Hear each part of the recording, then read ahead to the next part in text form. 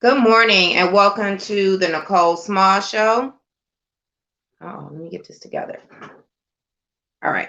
Welcome to the Nicole Small Show. Today we have a lot to talk about. We're going to talk about what actually happened, what's going on so far with the proposal in money.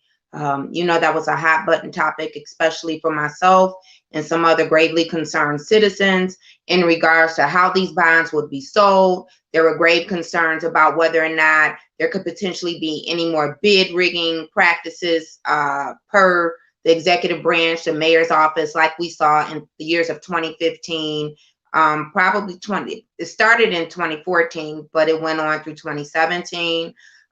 There's $17 million that's up in the air. No one has accounted for it.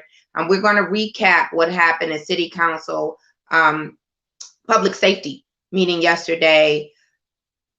It just definitely confirmed a lot of our concerns about this proposal in money.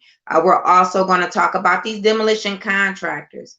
So interesting how we were told that there would be no more improprieties going on with these contractors, and how now they would be very transparent. This process would be, and we would be able to have access to the information and answers to our questions and our concerns. Well, it doesn't seem that things have gotten any better.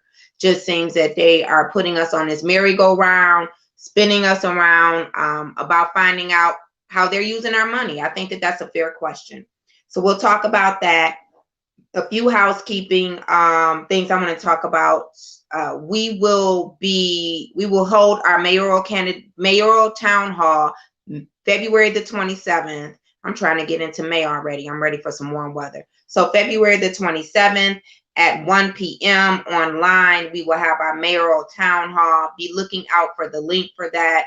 This is really important, again, that we participate and you learn more about the candidates beforehand. If the opposition had their way, we would wait until after the filing deadline, when there is basically only 100 days until the election, and it would make it more difficult for us not to split the vote and to make sure we get a good candidate to advance through the primary. So again, that's February 27th at 1 o'clock. Also, this Saturday, February the 13th, we will hold a citywide community advisory council meeting. Pay attention to that. We need you. We need you in every district to participate in the community advisory council. It is so important. So you'll be seeing, well, you should see the information for that already posted. Also, I guess 2 days ago, we lost former boxing champion Leon Spinks. Rest well. He had been battling prostate cancer for quite some time. And Leon Spinks actually lived here in the city of Detroit. And I don't know how I missed that. It didn't even come up as an issue on my feed or on my CNN timeline. So rest well, brother. He was one of the greatest to do it. Interesting how they didn't report that out. So let's get into this proposal. Also, we will have two guests today to talk about some of the history of the demolition money. Our ombudsman, our very own Bruce Simpson, will come on today in the first hour just to highlight some of the findings of his report from 2019. Well, it was an ongoing report, but he reported it out to City Council in 2019 about his findings about these contractors and the demolition dollars, because the issue was brought to his office. So we would like him to remind us of his findings of that report. And this is why that is so important, because we need to be able to draw a line to the issues that the council and the executive branch, the mayor's office, claim that they have resolved, only to see in this city council committee meeting yesterday that a lot of these same issues still exist. And we have so many council people who were telling us, well, it's going to be different now that city council will be responsible and have the opportunity to vet this process and these contractors. Well, I'm going to tell you, outside of Council President Jones, I didn't see anybody else really doing too much vetting. I saw a whole lot of dancing around the issue and trying to pretend as if they were concerned, but we will get into that a little bit later. So Ombudsman, our own Ombudsman, Bruce Simpson, will be on today. And then after that, in the second hour, I want to talk a little bit about how people from other cities and states seem to think that they know what's best for Detroiters, and especially in this mayoral race. There were some posts that went around this weekend that I think that those of you should be privy to who are watching today. People who are telling us how great Mike Duggan is and all the great things that he's done for this city, but they don't live here. So you don't know our experiences, but I bet you wouldn't tolerate these types of shenanigans in the city that you live in. That's the important part. So Chris White will be on the second half to talk to us about a discussion that he had on Facebook this week, but also is this something that we have become conditioned to believe that this is just the way it is? Allow others to come in and to tell us what's best for us, that we should heed their advice and allow them to lead us down a path of destruction. I guess why not? We're letting the mayor of Detroit do it, and he doesn't live here either, and he's not from here. All right, proposal in. A couple of weeks ago, I don't know if you read the article in the Detroit News and in Cranes. It was in Cranes. There was an article talking about the $90 million that was committed by the city's administration to go into what? Proposal in. One thing I think that we lose sight of about proposal in, we don't understand where that money is going. It's supposed to be allocated for the neighborhood improvement plan. Always remember that this proposal in funds are for the neighborhood improvement plan. So that means to improve the neighborhood. Just telling you.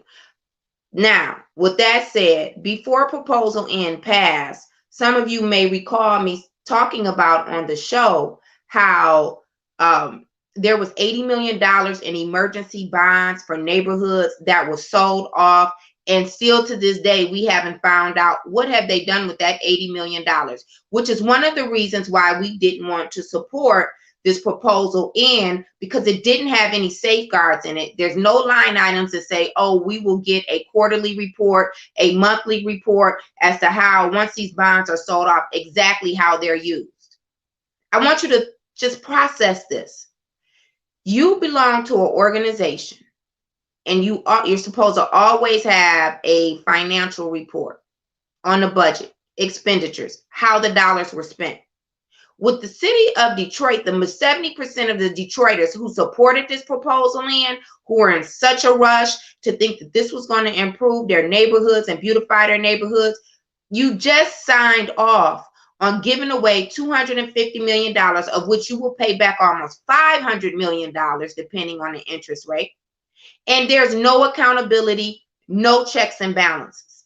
And if you listen to what happened in the Public and Safety Committee yesterday, you still don't have any checks and balances. It's very loose. They're playing with these dollars very fast and loose, and these are your dollars. Whether you support it or not, these are your dollars. I want you to keep that in mind. So what has happened is there's nothing that says that you must report out, and I think it should be on a monthly basis. We should know how these dollars are being used, and I'll tell you why. Because with demolition, contractors come and go. With demolition, oh, maybe they didn't factor in with these demolition contracts. A contractor can say, hey, you know what? I didn't foresee this also being an issue. The scope of work is larger than what we anticipated based on the work that you said that you needed. So then they can do what? Go back and ask for more money. It's just as simple as that. We saw that happen time and time again with the demolition funds from 2015. And so because of that, this should be posted on the city's website every month, how these dollars, the expenditures and how these dollars are being used. But we don't see that. You know what we see? We see this merry-go-round of bull crap that they put on yesterday. And I'm going to tell you something. That Duggan,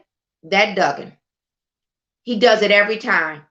He promotes all of these people to these positions to be a director, to be this, to be that, and then they never can answer any questions because that's what happened yesterday.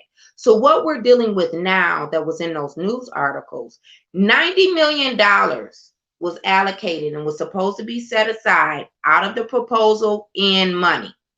Just for what?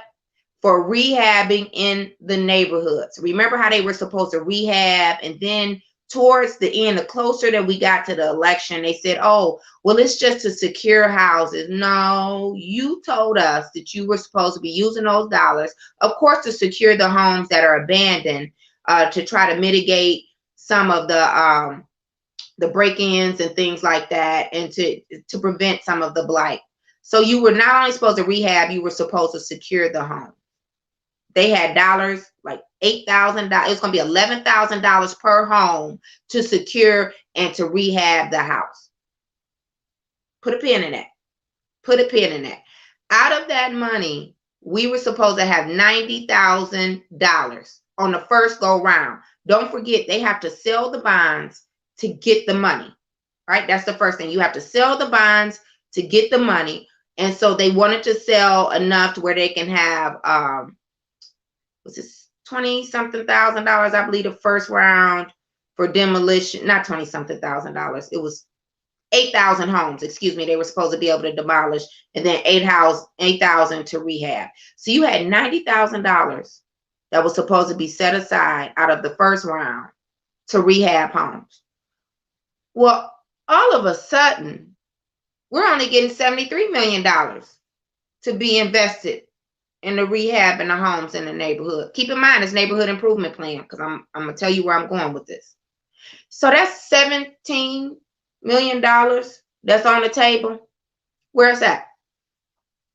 Where's it going? Let me tell you who was on the call yesterday. You had the director of demolition, LaJuan Counts, when she was asked by Roy McAllister, well, he didn't exactly say, well, what are you going to do with the money? He asked, why is that, verbatim? He said, well, we were supposed to have 90 million and there's a missing 17 million. Well, first, let me ask you, why is that? What do you mean, why is that? Ask them specifically, how are they going to use these dollars?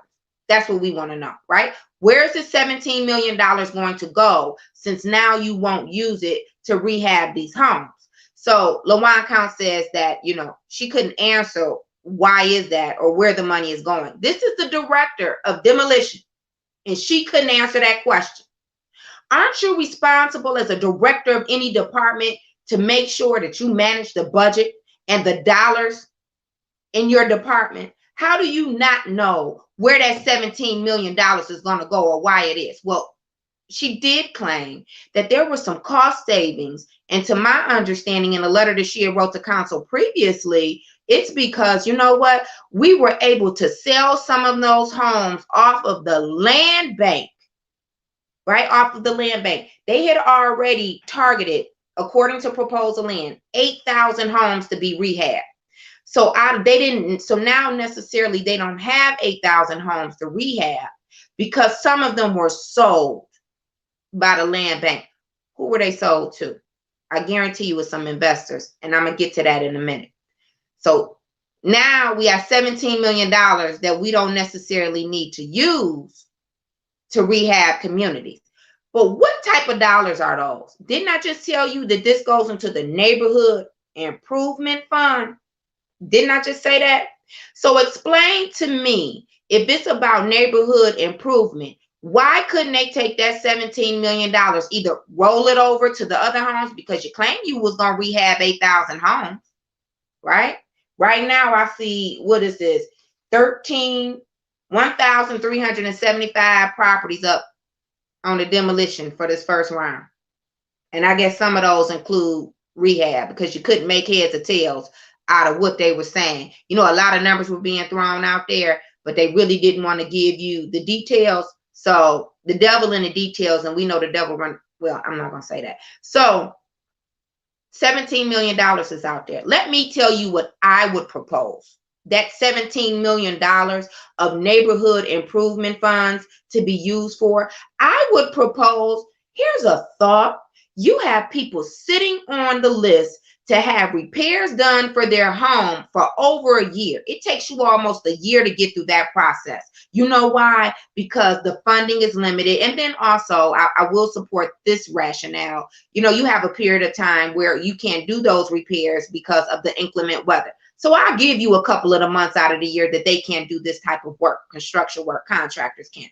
I'll give you that. I'll give you that. But what I'm not going to give you is the fact that you don't know where the $17 million is. So this is what I would have proposed. Why don't we go ahead and just put the money in that fund? You could get more people to have repairs on their homes a lot faster. They could get through this process, because imagine, and I said this before, if you have a leak in your roof from a year ago, imagine how greater the leak would be and the damage, right? How much worse the damage would be if you wait a whole year and you got a leak in your roof or any other issues, right? But water damage is very expensive. Let me just say that. Why not put the money in there? Nobody has even proposed that. And let me tell you what I don't want to hear, because it's probably going to tell you, oh, we can't use those funds for that. Why not? Because I do recall that the block grant money that we had, remember that $265 million of federal funds that mayor went to city council to have reallocated for what? For demolition. That money was supposed to help people stay in their house and do repairs. Remember that? And you took that money and you reallocated it for that. So why not take this $17 million and help these people to keep their homes in decent shape?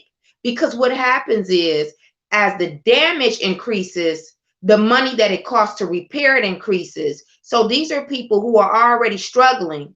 And so therefore, they're going to have to take money just to be able to live in a house where all of the elements from outdoors are not coming directly into their home. So why don't you do that? Nobody proposed to do that with the money. Do that. Let me tell you what they are doing for neighborhood improvement. Same business as usual. There's a house at 546 East Bethune. Y'all look that up. 546 East Bethune Street. You know what streets that those are between? Between Beaubien and St. Antoine. That's kind of like what the cultural arts area. Pretty nice area, huh? All of the homes might not be new and rehab, but we're talking about market value. So East Bethune, between St. Antoine and Beaubien.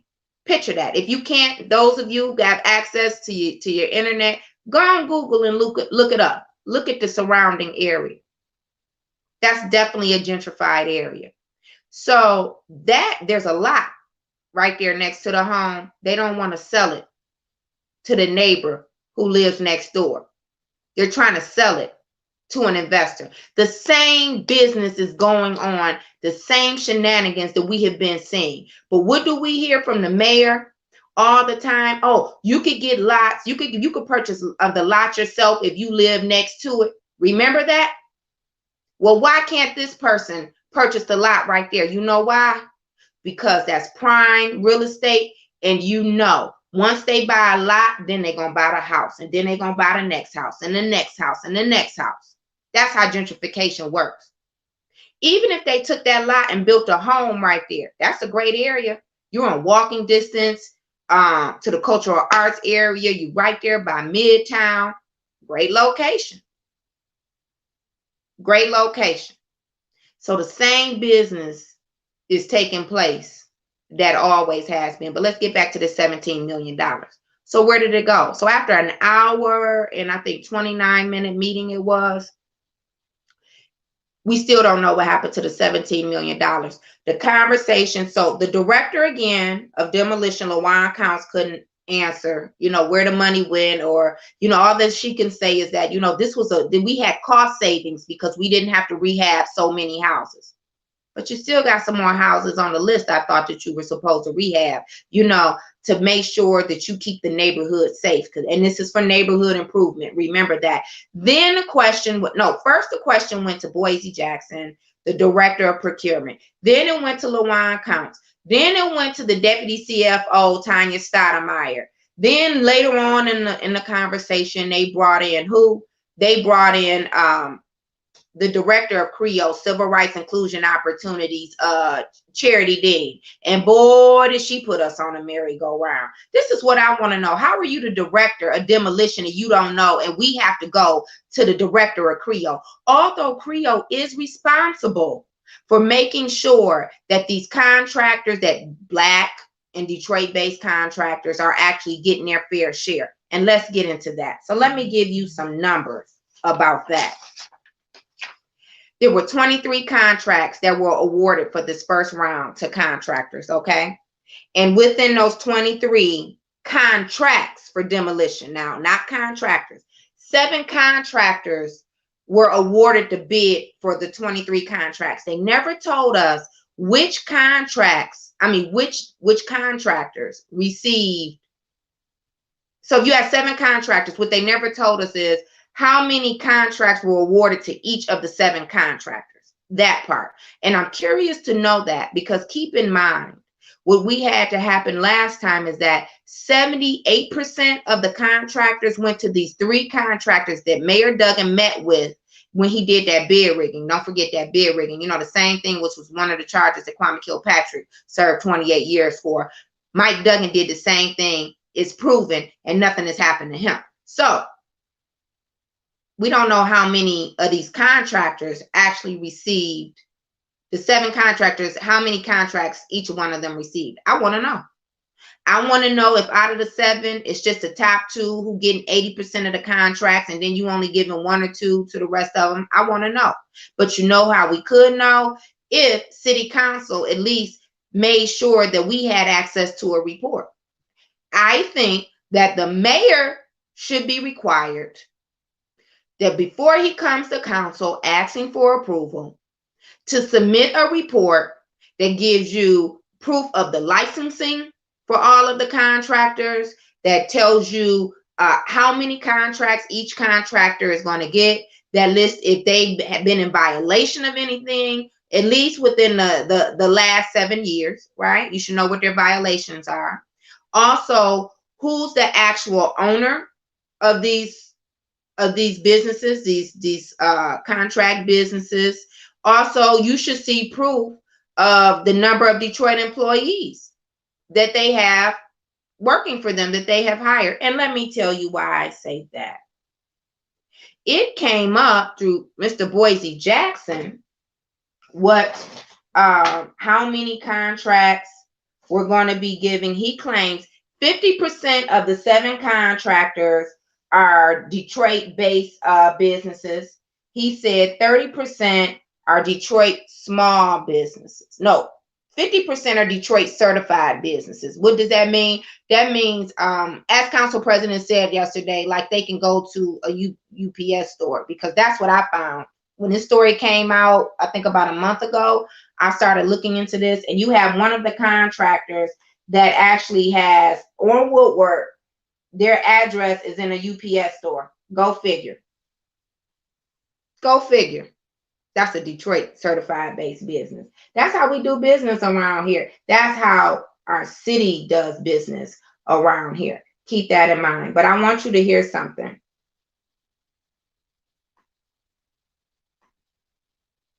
Those contracts for that $30 million have been awarded to 7 vendors. 100% of the contracts are awarded to Detroit small or Detroit micro businesses. 100% of the contracts are Detroit certified, and 100% will be over the 51% Detroit resident. He said 100% of the contractors are Detroit certified, and 100% of them will be hiring over 51% of Detroiters. That is so interesting. How we went to barely getting 15% of Detroit-based businesses to now 100%, just like that. Or is that really true? That's the question you should ask. Is that really the facts? Nope, it is not. Of course it isn't. They just tell us anything and we're supposed to believe it. And The majority of council thinks that these issues are just going to go away. No, they think that we're just going to go away. $250 million on the table, people, of where you're going to have to pay back almost $500 million. Keep that in mind as they play these games with your dollars. And they only gave you, they cherry picked off some of the information when they gave you this, when they were going around giving you this information about why you should support Proposal N. But keep this in mind. They claim that 100% of the contractors will hire over 51% of Detroiters. And we're going to get into that later. But keep in mind, do you know that these 23 contracts total $30,148,078? $30,148,078 for 1,375 properties. But again, you don't have a list of how this first round of $30 million is even going to be dispersed. Who's going to get what out of the 7 contractors is what you should want to know. But let me tell you about let's talk about the contractors that were actually awarded some of the contracts. You have RDC Construction, Detroit Next. Let's talk about Detroit Next. We're going to have the ombudsman, Bruce Simpson, really delve into this, his report, his findings of his report. I don't need him to speak specifically about the business of Detroit Next, because I could do that myself. So let's talk about it. Detroit Next, according to Laura, how did they list Mr. Green? Mr. Green, Mark Green, is listed as a resident agent. A couple of weeks ago, he was listed as a resident agent. And let me tell you who was listed as the president. Nick Park. Nick Park is a white man. Okay? Just keep in mind, remember, this was the only way we were going to get black contractors, contracted companies, is if we supported Proposal N. That was the only way we can make sure that they received the money. He's a resident agent. Then you have the treasurer, whose name is Shun Xian. Shun Xian. And that's Xun Xian. That sounds Asian to me. That don't sound black. So you have the white man who the president and the Asian man who the treasurer. Do we really think that Mark Green, a retired fireman, is the president of this company and the owner of this company? No, we don't believe that. And this is the same Mark Green who, when he was working for the fire department, was double dipping, right? He was double dipping and was involved with this Detroit Next, because you go around, the firemen, I don't know, they do something, a survey, but he was making money off of these demolition contracts. And that's why there was an investigation done. So you know that there was an investigation, both the ombudsman and the auditor general, and I believe the inspector general, found improprieties and how this was a conflict of interest. But this is what I want you to pay attention to.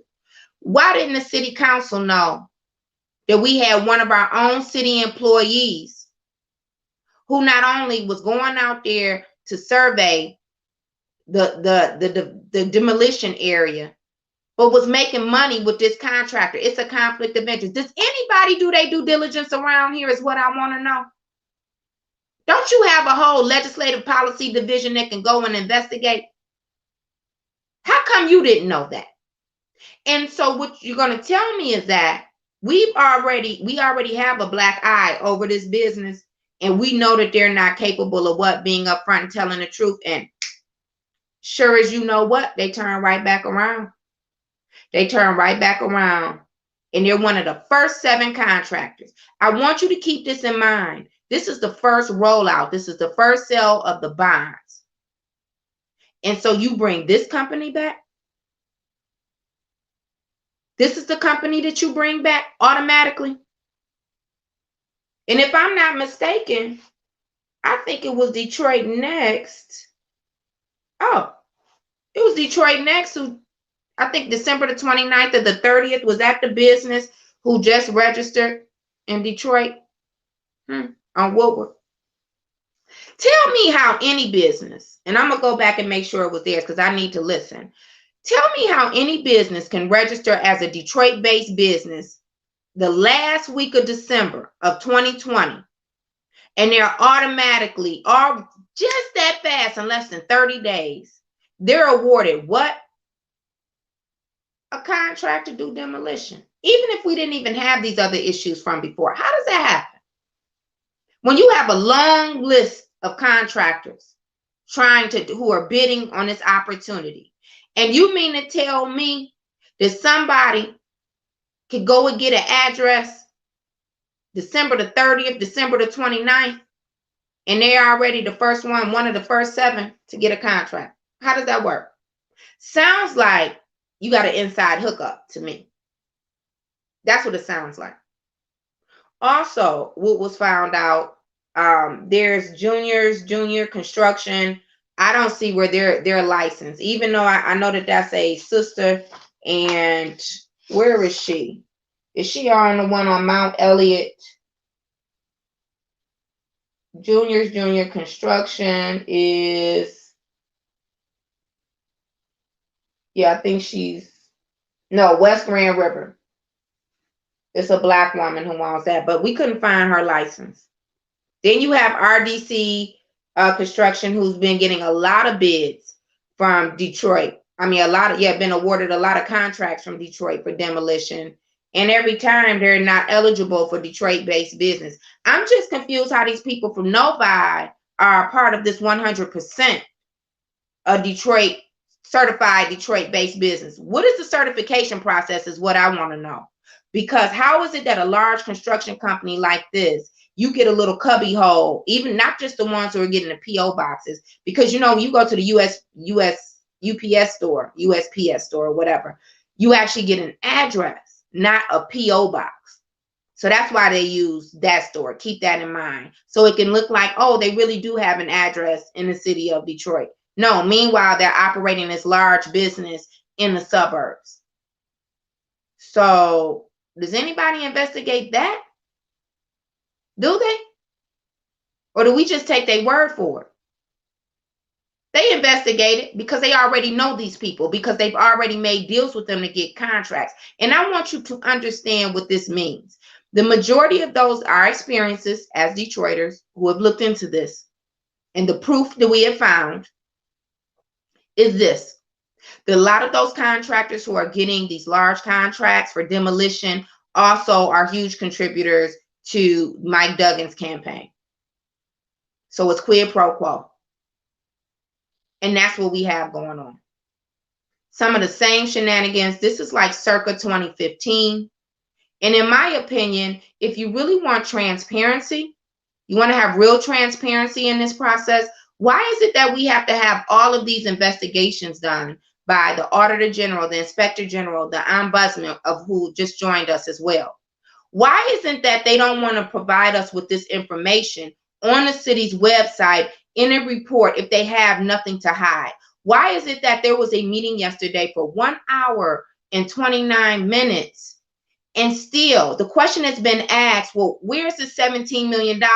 What's going to happen to it? And nobody has answered the question. No one has answered the question. Not the director of demolition, not the deputy CFO, not the director of procurement, and damn sure not the director of CREO, who they kept trying to push this question off on because she wasn't on the call in the beginning. The question still wasn't answered. And how dare they even insult our intelligence and allow for contractors who haven't had a license to be awarded a bid? That's the first thing that you look for. It's sure enough the first thing you look for Black folks. Because my brother had a business downtown. And he had to have all of his stuff together. Meanwhile, Atwater Brewery was operating without permits and licenses and doing all kind of stuff. I'm just telling you, this is the game that they've been playing. But this is your $250 million, for which you're going to probably pay back almost $500 million. And you have a council member, McAllister, who's more worried about micro businesses having to pay a fine of $200 per employee if they don't hire Detroiters. Why is that your number one concern? In turn, when your number one concern is supposed to be about your constituents that you represent to make sure that they get these jobs. There should be no excuses for these contractors not hiring Detroiters, period. So let's bring on Bruce Simpson, the ombudsman of the city of Detroit. Let me bring him on. All right. Good morning, Bruce. How are you? Good morning, Nicole. Good morning, Vice Chair. So I told the listeners a little bit about the report that you did in 2019 regarding demolition. Can you just tell us what brought the attention to your office to even do this report on demolition before we get into some of your findings? Yeah. So from the very beginning, I think it's important for people to understand when we started doing demolition as a city, we had an emergency manager overseeing that process. The emergency manager was not there necessarily to handle the day-to-day operations of city government. He, in my opinion, he could have cared less. He was there to protect those who he represented on Wall Street, the financial interests and backing of the city, those who would stand to lose money once we went into bankruptcy. So with that being said, there was little to no oversight of the processes. The state was supposed to be monitoring it, but they were not. And so from that point, you have a lot of complaints that we start receiving, quite frankly, as it relates to demo. So understanding that this is something that the administration was going to do in a very major way to the tune of $500 million, $532 million to be specific, we had to pay close attention to it. We saw improprieties along the way throughout the process. You could start with the fact that they decided to have an authority run a demolition process. That's never been done before. Okay. We have a demolition department now, because the authority was a problem. Our office was the first office to say that having an authority run the program, both for federal money and city money, was problematic. There should be no authority running the program. When we said it, I think that was 2018, or it might have been earlier. It wasn't a popular position politically. So when we do step out and we do make statements as it relates to operations within the city, we don't take it lightly. We mean what we say, and I don't necessarily have to have the support of many if I know I'm on the right side, right? Mm-hmm. My barometer is what I think is best for the city of Detroit and its residents. If I don't think an authority is right and they're not going to do the best job, I'm not going to support that. I think there always has to be a certain amount of oversight in order to ensure that corners aren't cut, that they do things the right way. And I want to preface my comments before we get into our findings about that particular report. I do not care. I do not care if you are a minority contractor or not. The baseline for demolition has to be doing the job the right way. Because if you're a minority contractor and you're doing things the wrong way, you can expect us to weigh in. Ultimately, the citizens that live next to you, next to me, my grandparents, our cousins and auntie, people, our family that lives in the city of Detroit, they're going to suffer, whether that contractor is from outside of the city or from within. So the baseline for us is making sure and ensuring that the citizens are not made victims by the job not being done the right way. And that's, we try to remain consistent on that. So minority contractor or not, do the job the right way. In this instance, I'm sorry, were you about to say something? No, I was just going to say I wanted to make that point known, is that there were complaints that actually came to you from the residents of the city of Detroit. And that is so important, because so often what we hear are the complaints of citizens go unheard and they fall on deaf ears. I wanted people to know that this wasn't just some inside information that you received that even steered you in the direction to start this investigation, to look into what was actually taking place, but it came from the people, and that your office is here to address the concerns of the people. So yes, let's go into some of your findings. I did talk a little bit about Detroit Next. And I wanted to know, what was the conflict of interest there for that particular company based on your report? Yep. So in our findings, essentially what you had, excuse me, what you had was a Detroit firefighter at the time who was performing emergency demolition work. So you're drawing a check from DFD, Detroit Fire Department, but you're also doing demolition work on behalf of the city, which is highly problematic. Uh-oh. I think Bruce, he might get kicked out if he's on his phone. We'll wait for Bruce to come back in. But let me tell you about a few of the other contractors that were awarded contracts. You had Inner City Contracting, which I believe is a business that's based out of Novi. Give me a second. Let me just tell Bruce to log out and come back in.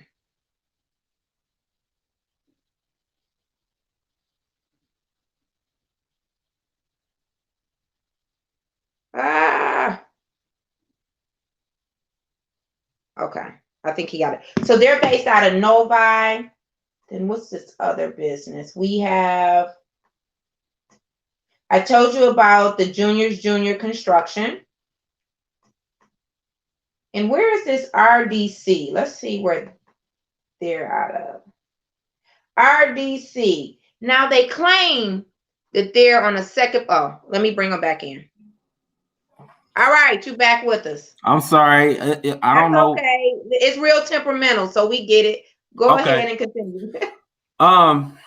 Yeah. So, listen. I want to be clear. I want all minority-owned businesses and small businesses to be successful.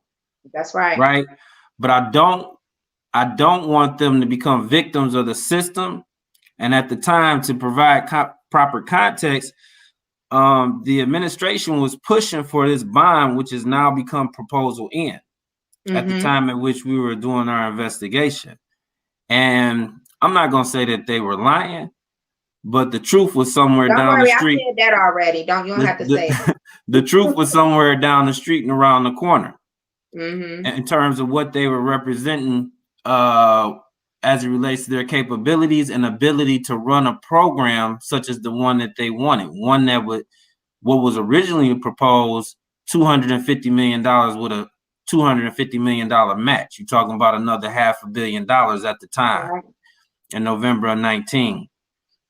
So I'm listening to this and I'm like, you're in no position. The program is so flawed. And so we made it clear the issues that they had, because ultimately, like I said, both the contractors and the citizens would have suffered had we not.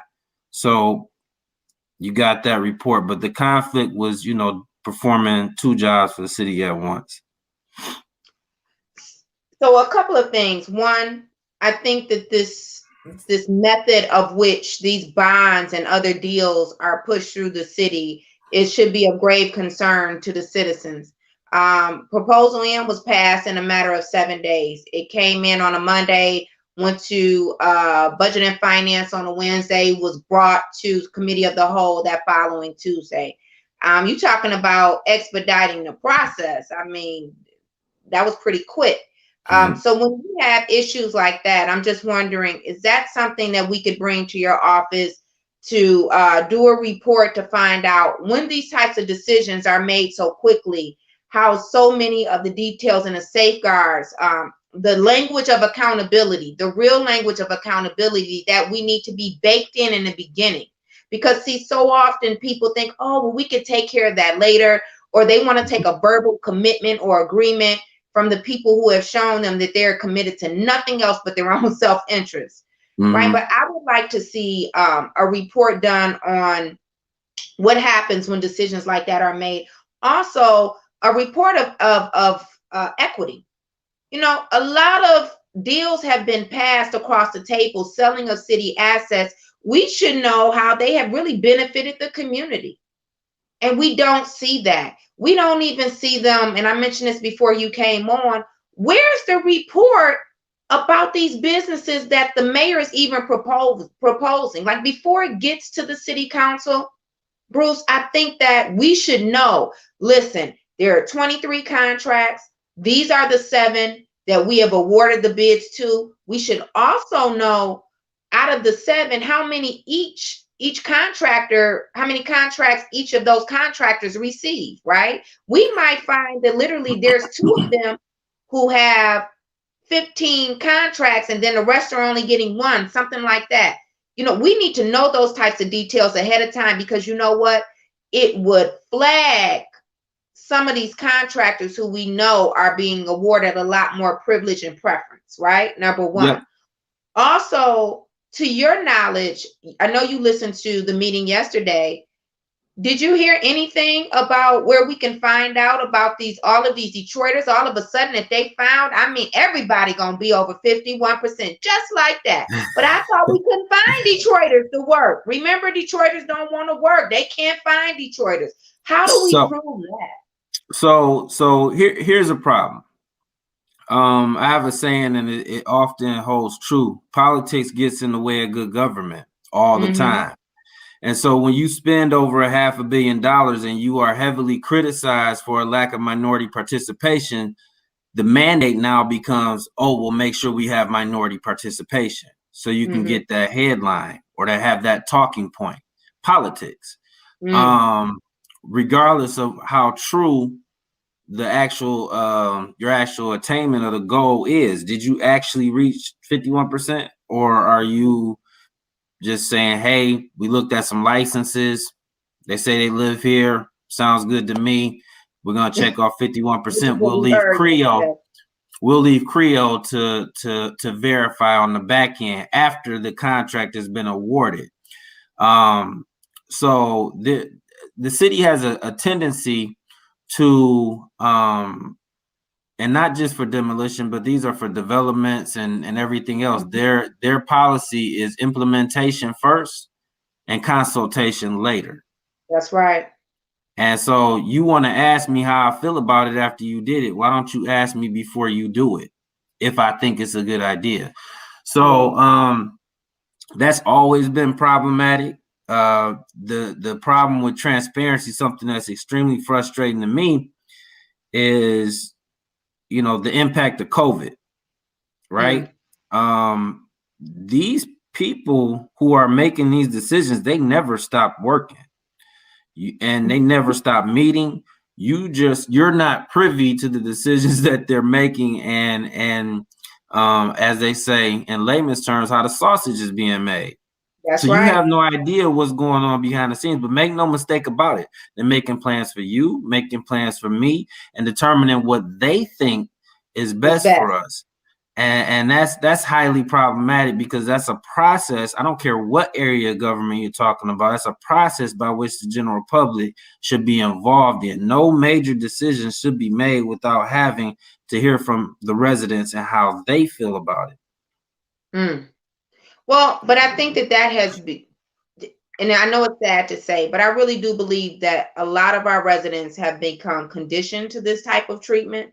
They don't even know that while I did run for the charter commission because I felt the language was too ambiguous, that there is an actual document, which is the city's constitution. It really says that some of these things are supposed to be done differently, that you should have access to your city government.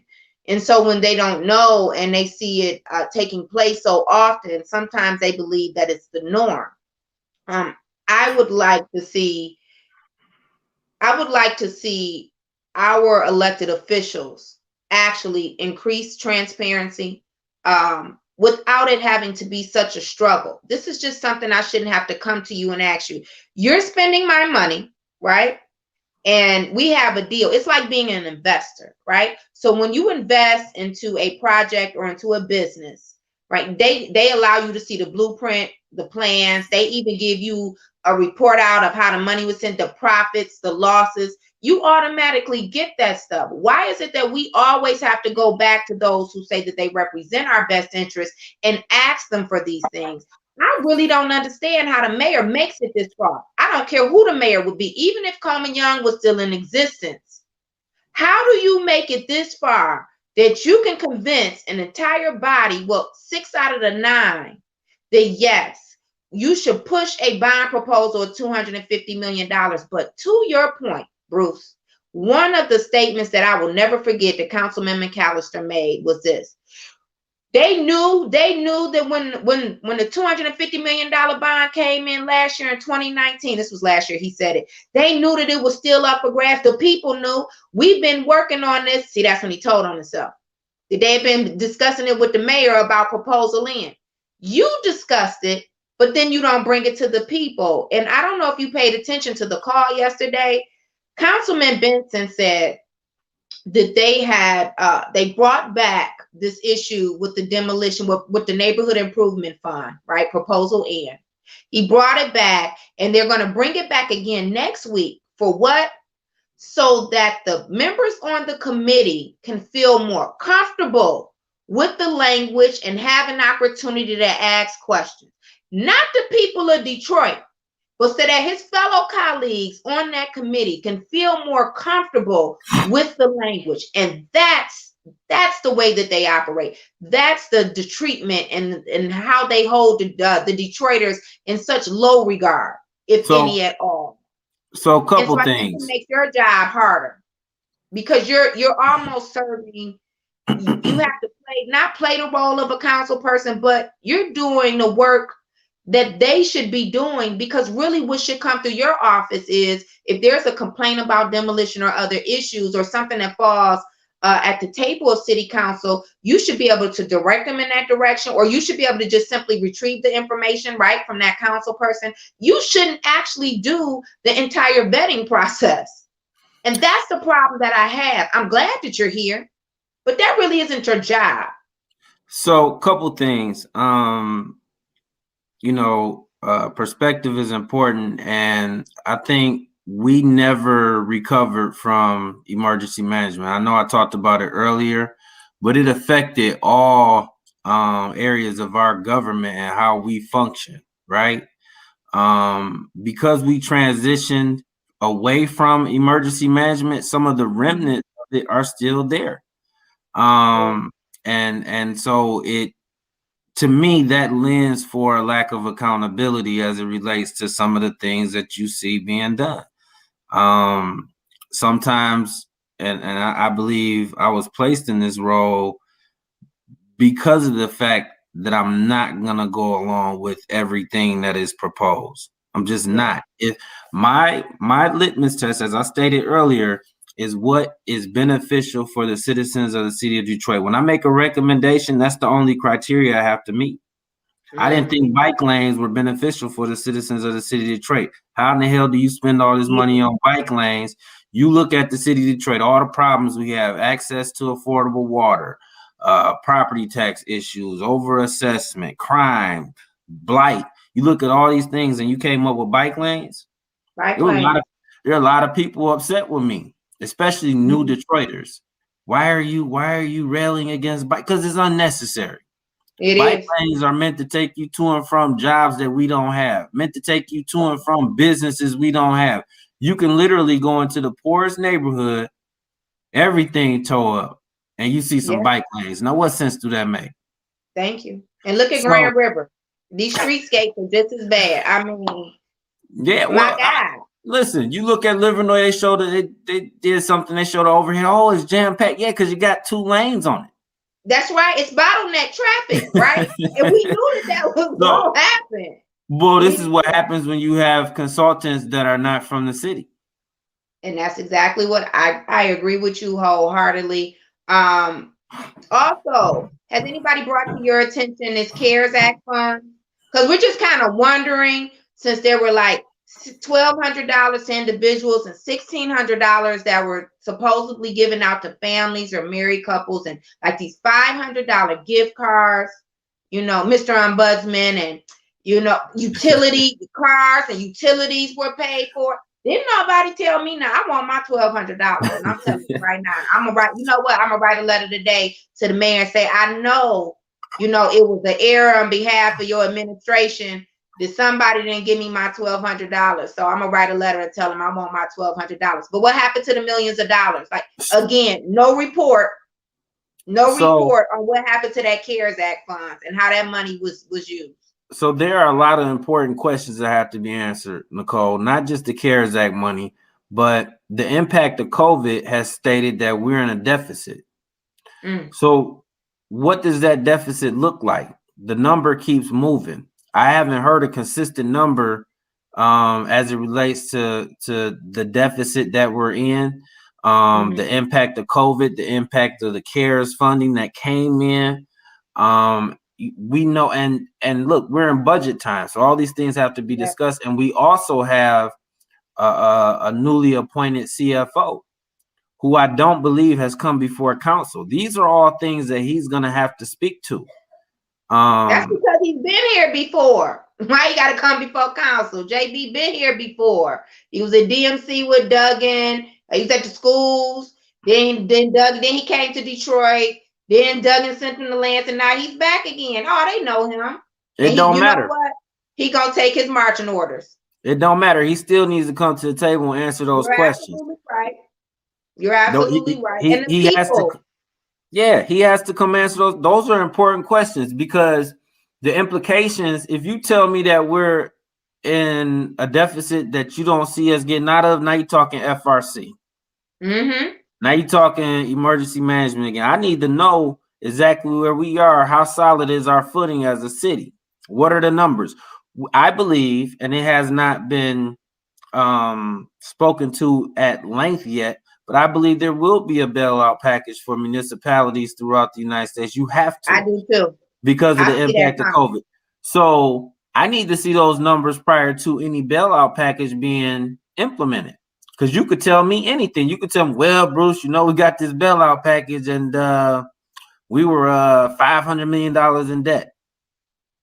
So the money was absorbed by that. Like I need to see the numbers now so that I know where we're going and what we're up against. Well, keep in mind, it's the language that they use and how they frame issues that are related to dollars. One thing that caught my attention yesterday is how this $17 million that's missing from rehabbing in neighborhoods, no one will tell you what happened to it, but you keep hearing every one of them repeat how, we were able to save money. It didn't cost us as much, and they don't want to talk about it because you're selling off homes supposedly, to a bunch of investors, which is that's a whole nother issue I don't want to get into. But when you think about how masterful, I always say this about Trump, he is great at branding, but Duggan is as well. You know what I mean? He doesn't care whatever you say. His people stay focused. They have a certain message, and no matter what you ask them, they won't get off message, right? They just won't answer your question. So we don't have any accountability for the $17 million. And then that, again, I think it puts you and your office in a position because you do care about the people.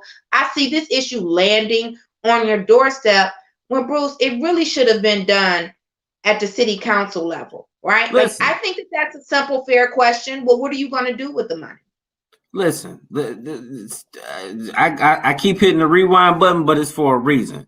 You and I both know, and those of us who are of the initiated, if you will, know that this proposal had nothing to do with rehab. Nothing to do with rehab. Right. Look at how it was presented in its initial form, in its origin. It was solely demolition. It was a proposal based on demolition. Nowhere in that language did they say anything about rehab. Rehab was inserted in order to make it palatable for most folks. For the people. And then they used the language of saying that it's neighborhood improvement. Who doesn't want neighborhood improvement? That's right. So you haven't been paying attention. You look at the ballot, you see neighborhood improvement. You say, yeah, I'm going to check off on that. Now we all run around with our heads cut off saying, no, this is not good for this reason, that reason, this reason, that reason. But the average person doesn't have the time or sometimes the will to do a deep dive and see what it is and understand what's being presented to them. So they fall for the banana in the tailpipe. They say, I want neighborhood improvement. They sign off on it thinking that it's going to be some rehab work. I can tell you right now, there ain't going to be no rehab work. It was never, this has always been and always will be a demolition bond. To your point about marketing and labeling, they renamed the demolition bond the neighborhood improvement bond.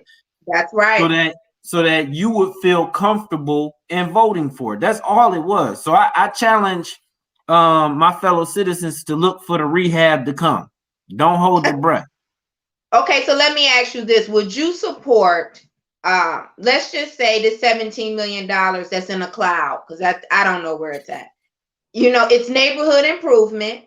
If you do recall, there were some dollars that were earmarked to help people stay in their homes, right? And we have a huge issue here now with people being on a waiting list. And I know you've gotten the calls into your office, being on a waiting list to be able to get some of that grant money for helping to repair their homes, right? We have a lot of seniors, you know, these houses are older, they cost a lot to fix up. I know firsthand. So what if they took some of that money and they put it into that fund? Because a year is a long time to wait. Like people who don't own a home, they really don't understand. You let something go unaddressed for a whole year, it's going to cost you so much more money. I would love it. I would love it, you know, but this administration replaced many of the grants that we had in place for senior home repair, minor home repair. They replaced it with a 0% interest loan. They told you, you don't need a grant, take a loan. Yeah. So because now, originally it was your need that qualified you for the dollars. Now they want all of the rest of your income information, your credit score, and everything else. Now that's going to qualify you for dollars that were already earmarked for you just because you needed them and you fell within to a certain income. It was a process that it was extremely hard for people to meet the criteria that was put in front of them. Period. And if I could take a loan, why am I coming to you for a grant? It doesn't make sense. Yet you proceeded on that path anyway, right? So you know, as we move closer and closer towards, in my opinion, closer and closer towards election season, you start hearing different things. Like I think the mayor submitted something a couple of weeks ago. What was it? The People's Plan. The People's Plan, right? That's interesting. We got the People's Slate and he got the People's Plan. He got a plan for us, all right. We know that. And we seeing it roll out. But you know, I was at the press conference where Mary put forth her people's bills. Council President Pro Tem Mary Sheffield. And she talked about a plan for the people. I didn't hear nothing from the administration up until that point about the people. You know, it's when we're convenient, right? It's when the people are convenient, so we could be used as a campaign tool. Like he's great at that too. Look at how he got into office. He used his position, knowing that he was going to leave DMC. He brought in all of these so-called activists, Malik Shabazz, Paul Taylor, Horace Sheffield. Now everybody works for corporate community affairs, right? He's strategic in it. And the problem is that we're so reactive while he's proactive in planning all of these things. And he figures out the best way to use the same people who he's attacking. And that's what he did. But he uses the people for his benefit each and every time. And he's great at it. I just wish we were better at recognizing it. I mean, you can't tell a hustler to stop hustling. You know what I mean? When it's working for them, it just don't work that way. Okay, we are from Detroit, so I mean, what you gonna do? It had to be us that's gonna change. His hustle game is strong. Yes, Nicole. Yes, it is. Yes, it is. Yes, it is. And I always give him credit for that. Okay, and let me tell you something. He's unyielding. And what they say, the devil stay busy, Duggan stay busier. You better believe it. Look, you knock him down, he gonna come back 3 times as hard. That's why we just need to put it all to rest, and we need some real safeguards and processes. So I definitely appreciate you coming on and joining us today, giving us some insight to the history behind investigating the demolition project. Why don't you give everyone your number, your contact information, in your office, how they can reach you? Yep. So if you need our assistance, if you have any concerns pertaining to complaints, any area of government, even if you have a question, you can reach us at 313-224-6000. If you have access to the internet, you can email us at ombudsman@detroitmi.gov. Once again, that's ombudsman@detroitmi.gov. And we recently installed software. You know, we have our people working from home. But we have software where you shouldn't be hitting the voicemail system now. Our people are able. Yeah, I mean, as of this Get week, out of here. People can work from home and answer the phone for the citizens. Absolutely. Now, you know, Bruce, I've been talking about that since last year because folks keep calling me because they can't get in contact with city council. Now, go figure. You guys installed a system because your people still getting paid from the taxpayers, right? Yes. Let me just put this together. So you installed a system so that when the constituents that you're there to serve call your office, they can get through to somebody. Yeah, it's, you know, for a person like me, I get a lot of information comes to me in person. People don't want to call. They're weary of a phone call. They're weary of emailing something. They actually like to come in, and we perform physical intake. Well, of course, with the impact of COVID, we haven't been able to do that. So I lose that traffic. Then I got people calling and they're leaving voicemails, right? Which for me is not, that's not, I know. It bothers me in terms of the process. So we definitely look for a way to make sure we could get the calls in real time. And we had that software implemented last week, and we went live this week. So now when you call the office, you will get someone. And if you do have to leave a voicemail, it's only because our lines are full, and we will circle back to you. But we're actually taking the calls in real time now. That's just, I tell you, it's like a miracle or something around here. I wonder, can Duggan get Miss Kitty that software? Because, you know, we've been knowing Miss Kitty forever up there in Duggan's office. How's Miss Kitty answering the phone nowadays? I wonder how that works. It's software so that the people who live in Detroit can actually call. I love it. I love it. You know what? I know that you had to go to like China or Russia to get somebody to create this software, especially for you. So I'm just going to ask that you can share this, you know, with the other elected officials in the city of Detroit, because this is just amazing. Yeah, no, I look. would never thought that it could actually happen because we've been asking for it forever. So we appreciate you so much. This is why we love you so much. Listen, look how innovative you are. You figured this out, how to stay connected with the people. Thank you. You don't need to say thank you. It's my job. I take it seriously. You know, if somebody ever has something bad to say, let's say Ombudsman didn't do this or didn't do that, it wasn't intentional. And I'm always willing to service our citizens to the best of my ability. If it's within my purview, if it is within my powers, within my means, I will always, and I think I have since I came in the office, I will always leverage everything that I have in terms of this office for the benefit of the people, because ultimately that's what it's for. Now, when I do that, sometimes it puts me at odds with different members of government. I'm fine with that. Like I said, as long as what I'm doing is once again for the benefit of the people. Well, we appreciate you. We appreciate that. I agree with you. It is your job, but I know firsthand as well, because it's so few of us who see ourselves as servants, you know, of the people, that a lot falls on us that may not necessarily be in our purview, but we think it is because we care about the people. So I appreciate that so much. And just to know that the people can reach out to you. And if I have a concern I can't address that falls under your purview that I could send it to them, and I know that they will be taken care of. That means a lot to me as well. So thank you again so much for joining us today. We will have you back to do an update on what's going on in your office, some of the concerns maybe we're not aware of that the people are bringing to you. Yeah, let's talk after budget season. I will have made these recommendations. Okay. The recommendations we make to council are always well thought out.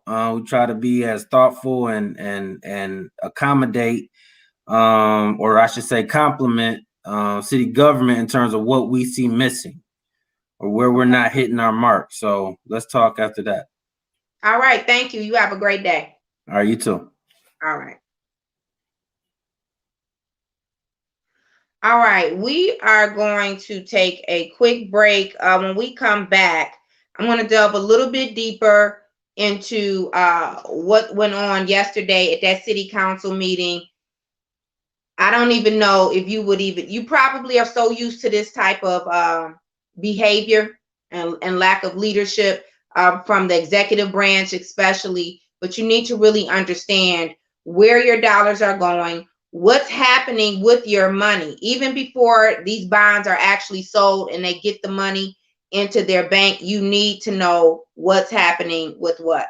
So we'll be right back after this break, and we'll also be joined by Chris White.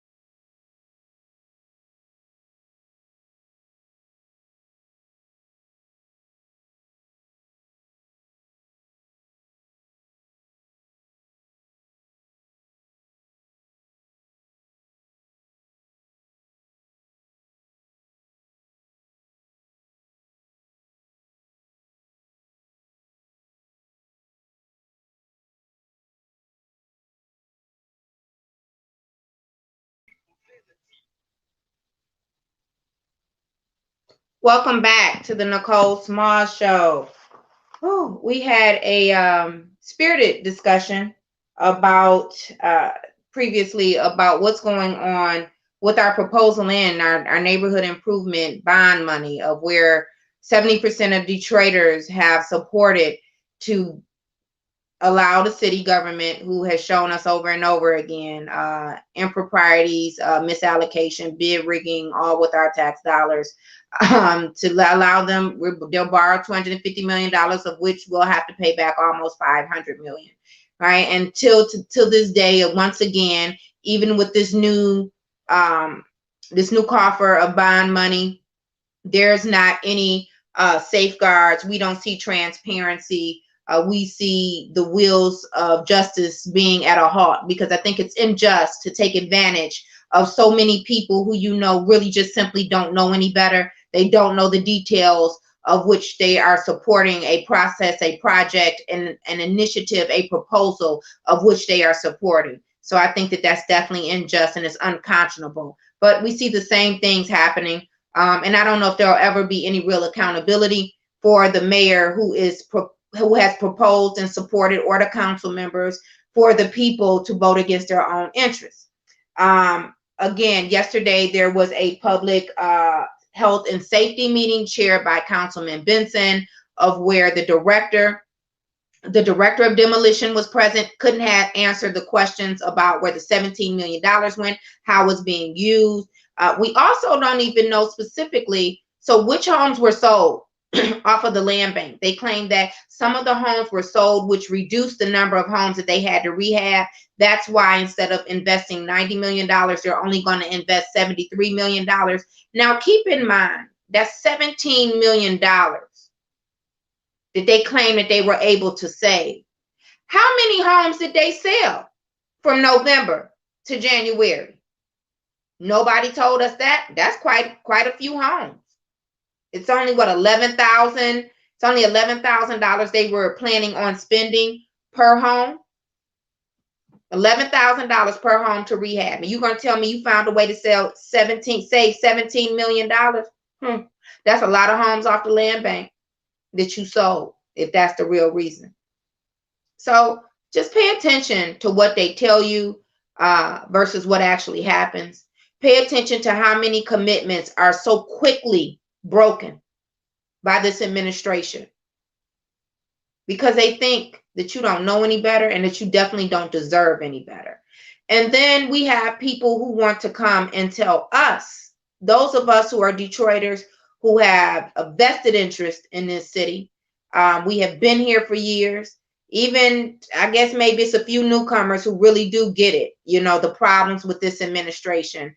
But let's talk about some of those who don't, who think that this city is so great. But more importantly, those who don't live here, who want to tell us that, that the mayor is doing a great job and how great he is. Meanwhile, they live a less eventful life out in the suburbs. But they want to tell us how great it is because you see a downtown and rehab of buildings. What about the quality of life for people who live here? What about how we don't have sustainable communities like we used to? And it's because our dollars are being taken away from us, and they are being used to help fund people who are already rich and have successful companies in the suburbs. That's why. And it's intentional. All of it is intentional because there's a concerted effort to displace as many of us as they possibly can in order to take over this city. How many of these people who are telling us how great Mayor Duggan is has a mayor or a city manager that doesn't live in their city or township? How many of them would tolerate that?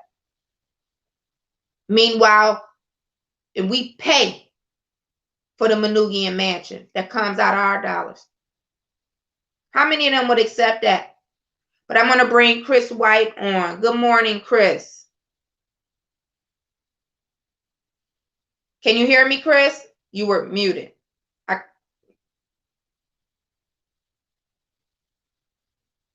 Chris? You're unmuted, but I can't hear you. Let me see what's going on. Oh, I Can you needed to hear me bring you now? on. Look, that might help if I brought you onto the Yeah, camera. Good morning. yeah. I was all in the back dancing in the dark. You know what I mean?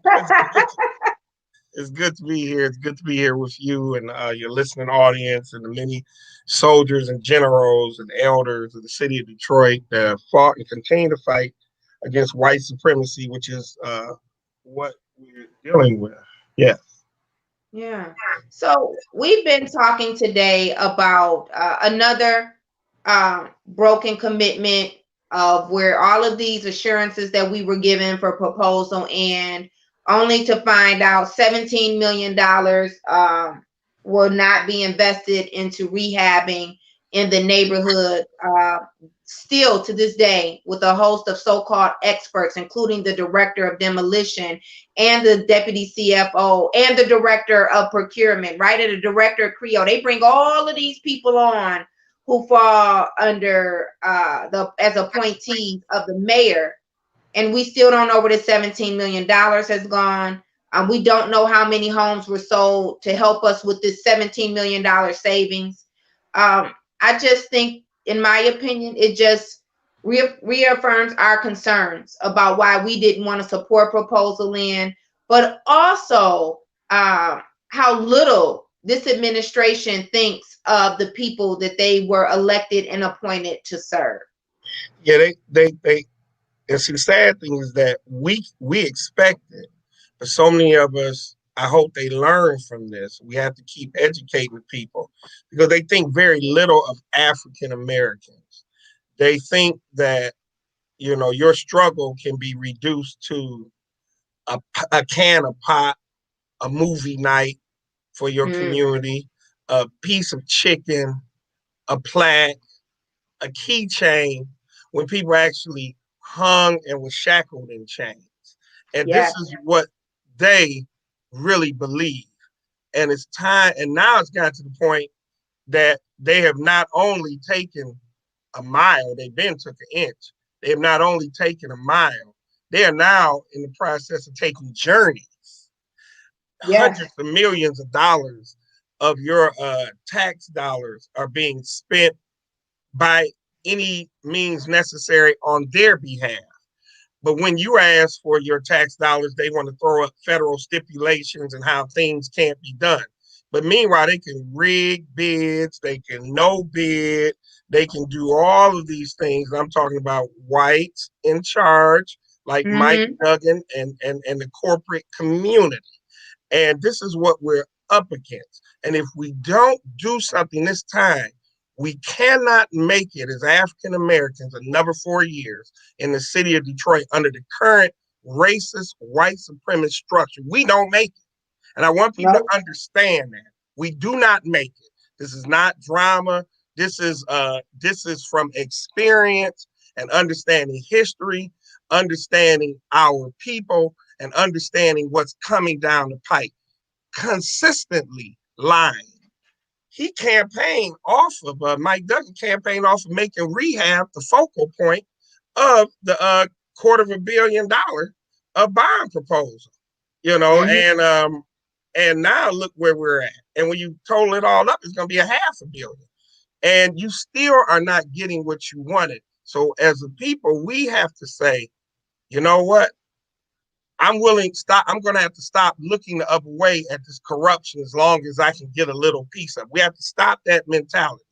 We are all in jeopardy of losing our very existence in the city of Detroit. Now, suburban communities will still exist, and there'll be other cities like Newark and New Orleans and Atlanta and even Oakland that will still have some type of structure that African Americans will benefit from. But in the city of Detroit, it will permanently be gone if we allow these individuals to continue to work on their behalf off of our tax dollars. And that's the white mayor, that's the certain members of the black city council that has a white mindset, that's a corporate community that controls it all, and that's black leadership, well, misleadership that's afraid of them or even benefiting off of this for their individual selves. So when we talk about leadership in the city of Detroit, I think one of the biggest problems is that our community hasn't been able to fully understand how having a white mayor with such a treacherous background and a pattern of dismantling Black communities, pitting Black people against each other, using Black people for whatever his personal interest or his political or business agenda is, only to leave us fragmented, right? And so he has done this over and over and over again. And he has shown up and shown us who we are, who he is, excuse me, but also shows us who we are. Right. And who we are as a community is we are broken. We are severely divided, Chris. And this is what he takes advantage of each and every time. I mean, when you take a look at how every year, he's running for his third term, correct? Yeah. Every year he has progressively gotten worse. He has progressively dismantled more communities in the city of Detroit. He has increased the restrictions to economic and political power that we hold. He has done these things because we have allowed him. Right? Because we have allowed him. Yeah. And with that said, we don't even understand how when we allow outsiders like Mike Duggan to lead and to dictate our quality of life, to have such a strong hold over our political agenda and our economic power, if we don't identify people for who they are and put them in their place, and I mean that, put them in their place, which is not in the lead, then how will we ever recover? Go ahead and answer that. And then I want to get into quickly a conversation that took place over the weekend. We definitely have to put the child in the corner, because at this point, the child is tearing up the house. The child is not only touching the hot stove, but attempting to cook with the hot stove. And politically, Doug and I are children. We are, as African Americans in Black History Month, we are the founders of government. We are the creators of not only governments, but queendoms and kingdoms. So from a historical standpoint, they're children. And it's time for us in Detroit, once the citadel of Black leadership all over the world, to put the child in place, to stop the tail from wagging the dog, to put the flopping fish back in the water and let it just go on under. And that's where we are. We have to do that through community education. We have to do that by, first of all, loving ourselves and understanding what it means to be in charge. And we also have to think of the future, that the actions that we take are predicated upon those who fought for us in the past and those who will come in the future. And what we do now is a reflection of that. So when you're down there yucking it up and shucking and jiving and acting like a buffoon and acting silly in front of Duggan simply because you're scared of him, simply because he's white or whatever little trinkets you're getting, that doesn't help us in the future. We don't make it another 4 years. I want people to understand that. I'm saying that because we've lost Reporters Court. We've had issues with taking over the schools, Belle Isle, Cobo Hall, all public goods and assets have been stripped by theft. And not only have they been stripped, but they're not running right.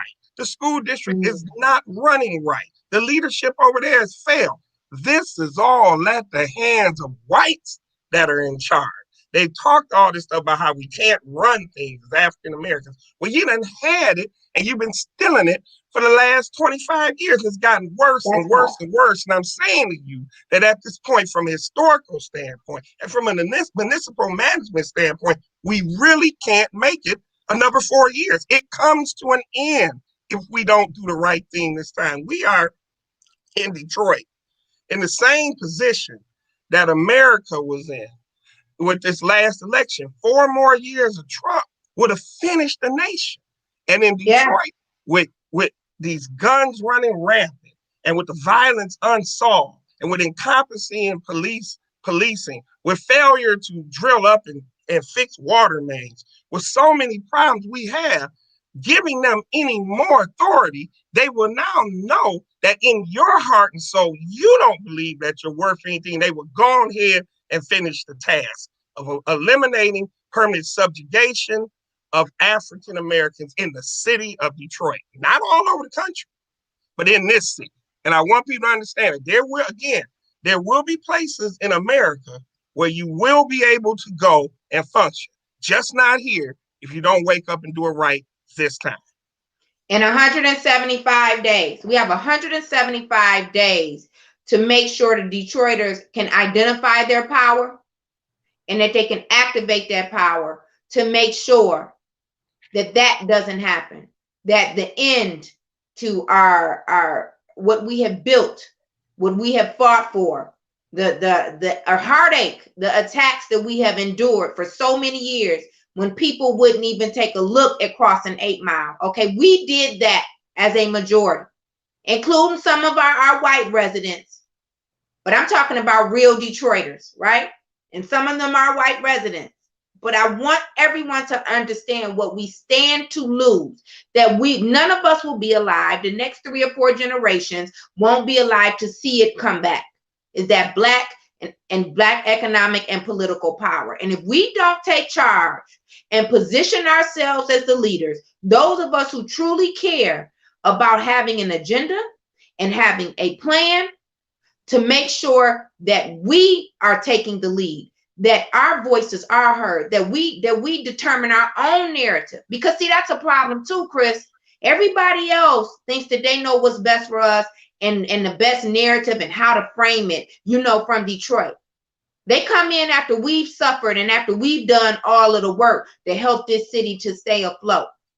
And so that's a problem for me, is that, again, Detroiters, grassroots, people who have been here like for more than 20 years, that we're the path of least resistance as a majority, and it shouldn't be that way. And so it brought me to a conversation, a posting that took place, that was posted this weekend. And it was from a Grosse Pointe resident, Patty Kakula, and she was addressing another candidate who's running against Mike Duggan. And this is what she said. She said that that the candidate is running because of the mayor's lack of empathy. A lack of empathy means you can't share feelings of another.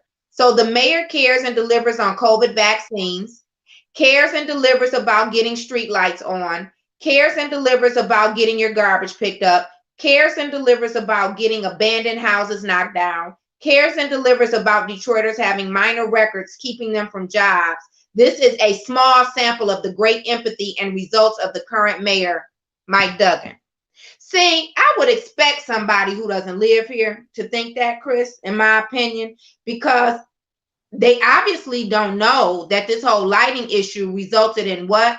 A multi-million-dollar lawsuit, more than 20,000 of the LED lights that they insisted on giving us. Instead of just improving the quality of lighting that we had, they failed. Over 20,000 of the lights failed. We don't know what happened to the CARES Act money, so I don't know how we're going to give him credit for having empathy for that. This whole vaccine, everybody's getting a vaccination. Why does that mean that he has empathy? Of course, he's going to bring the vaccine in here because it was already given to him by who? The federal government. And the garbage pickup.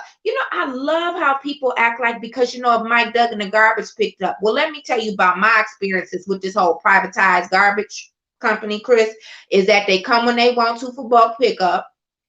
Number one, if your garbage not in exactly the right place or something, you kind of win, lose, or draw that they're going to pick up your garbage on time, and they come when they want to too. So if this is at the sacrifice of laying off thousands of Detroiters who work, they were city employees, how does that show that he has empathy because he brings in a privatized company that's not doing a better job? But I do expect that from someone who doesn't live here.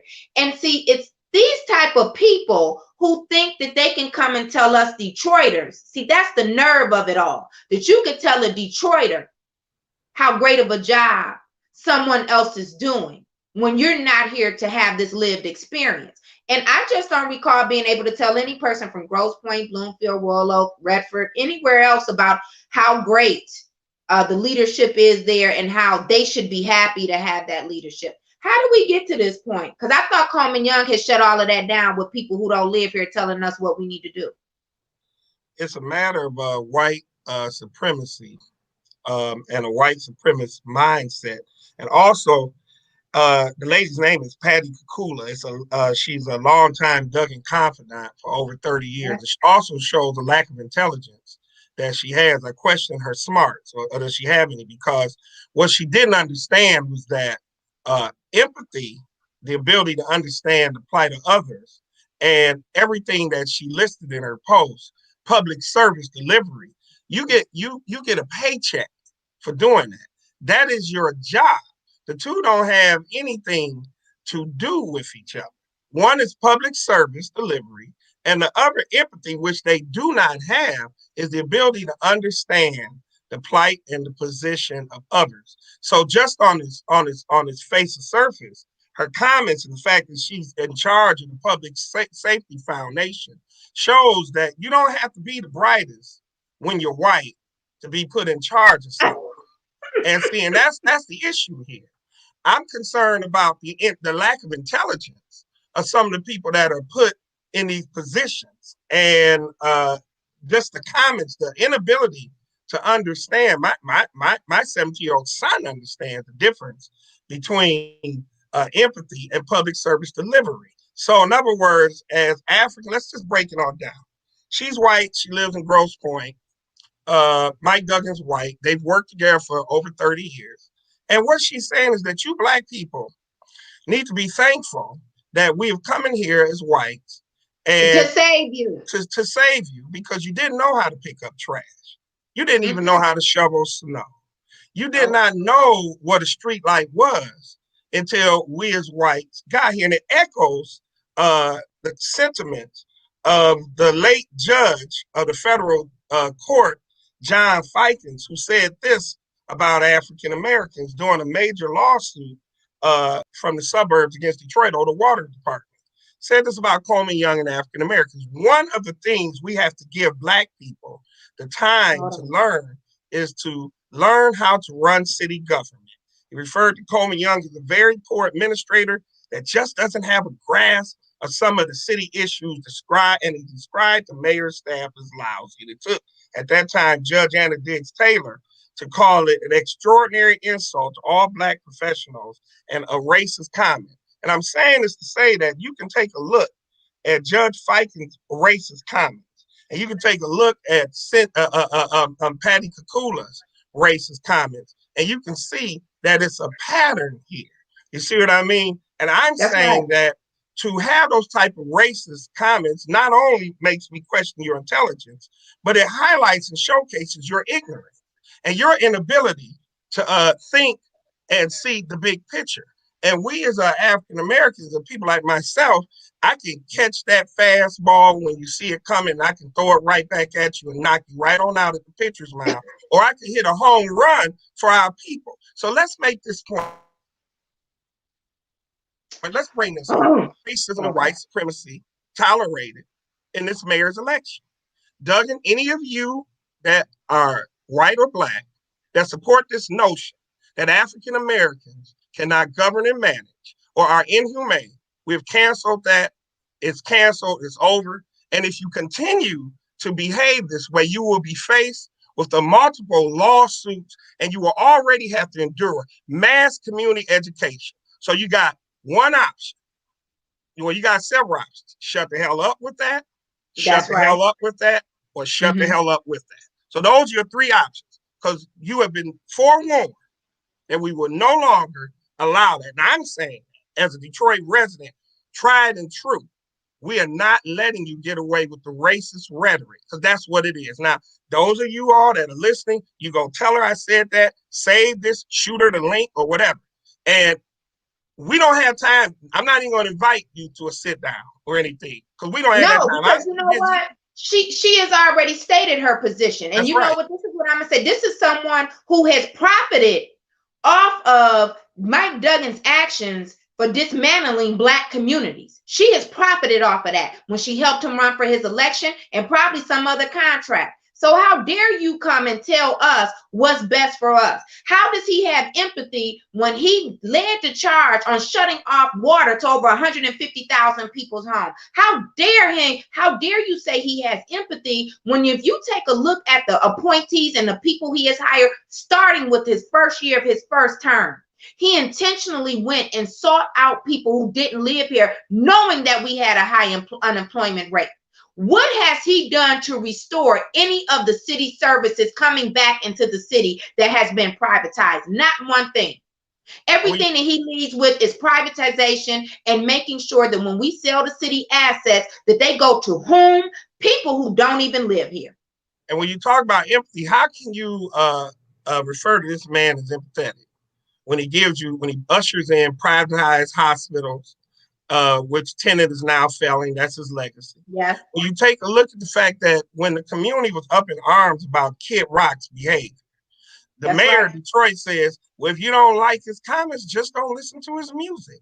He is very uncomfortable with being a white mayor over a city that's 85% Black, because he has to be able to control the racist individuals that work around him. And this one here, Kakula, has gotten out of pocket.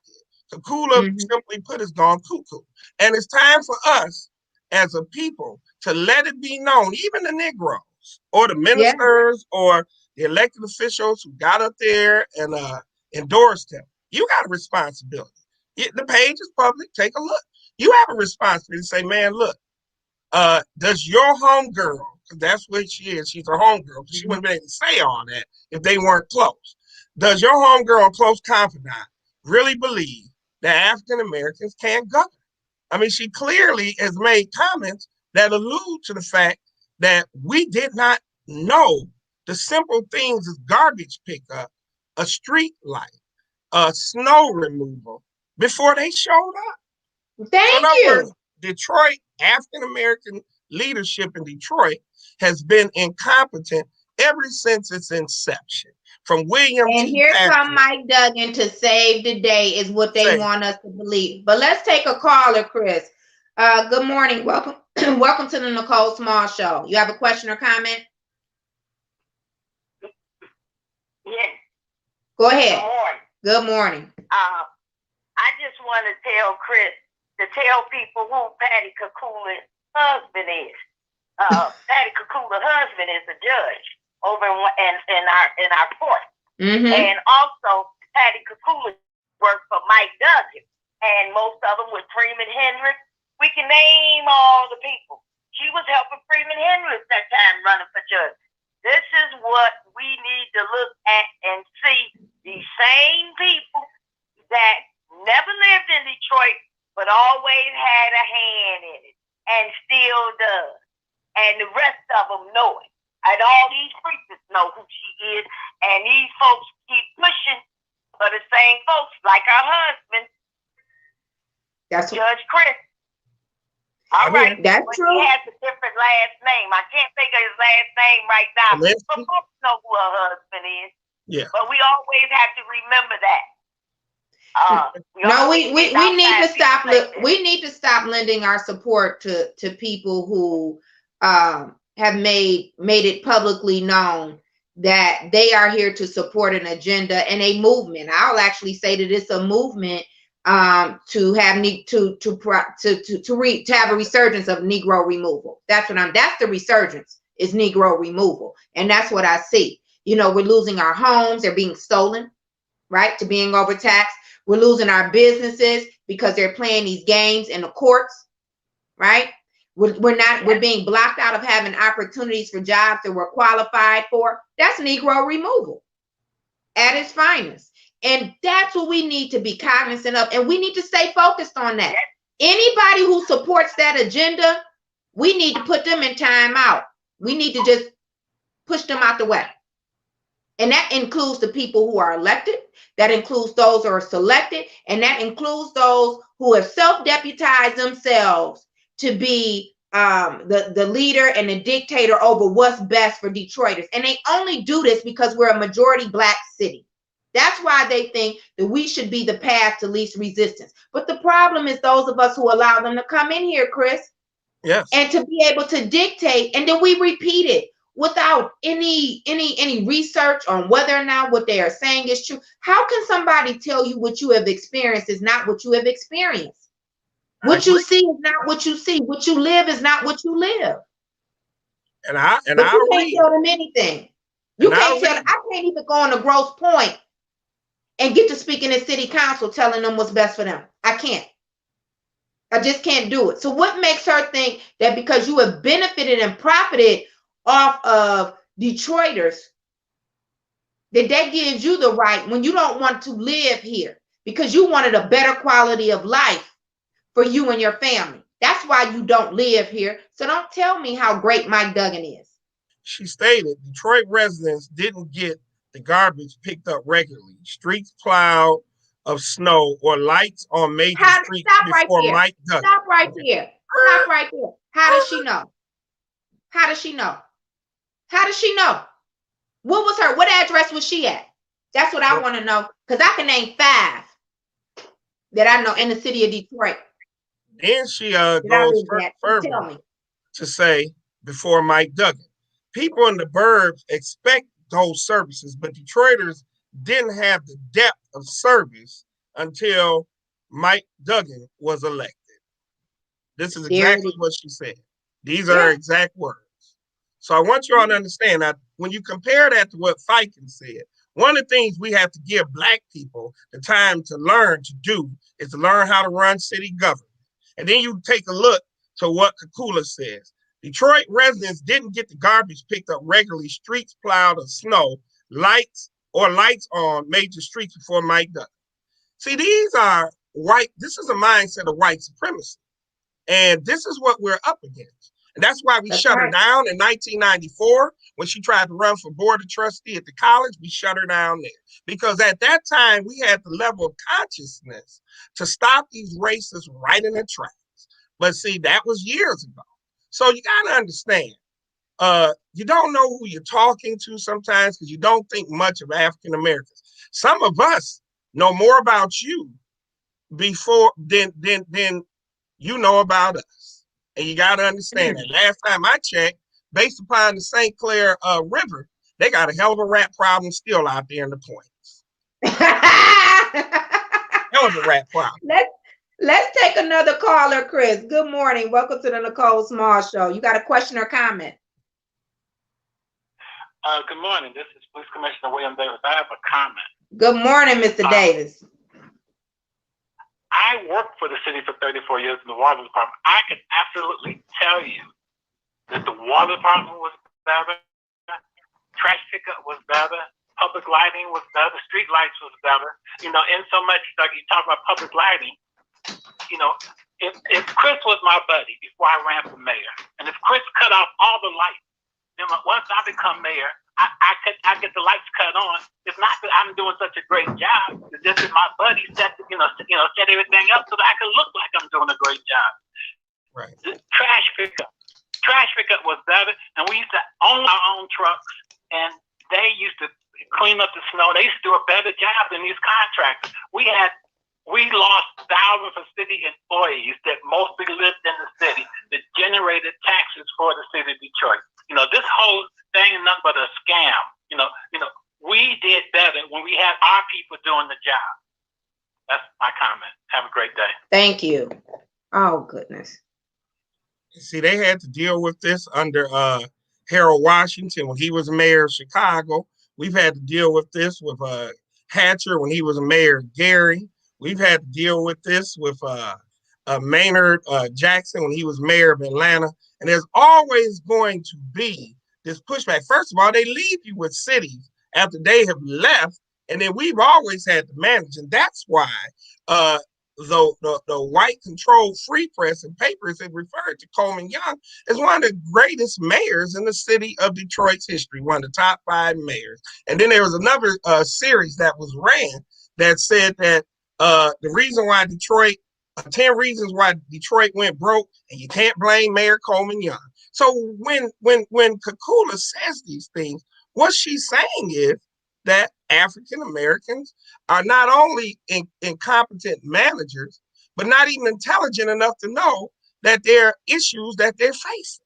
And see, that's the problem. And she's over your Public Safety Foundation. That's the problem.